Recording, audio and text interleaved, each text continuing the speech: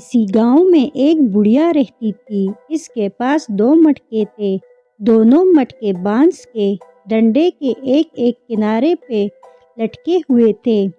بڑھیا بانس کو اپنے گردن کے پیچھے سے گزار کر کندھوں کے سہارے ڈنڈا پکڑا کرتی تھی۔ ایک مٹکے میں ہلکا سا چیت تھا جبکہ دوسرا مٹکا بالکل ٹھیک تھا۔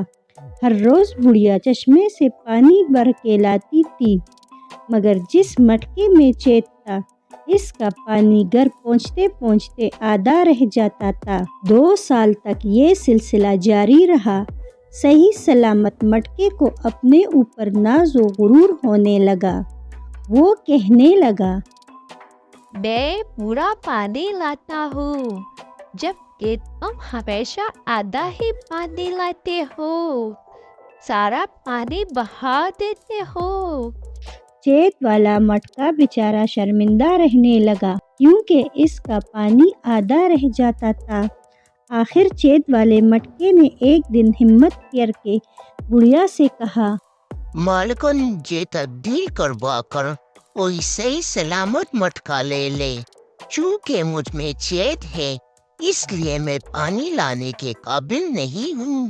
بڑھیا نے یہ سنا تو مسکرانے لگی اور بولی، کیا تم نے غور نہیں کیا کہ تمہاری طرف والے راستے میں کتنے خوبصورت پھول اگے ہیں؟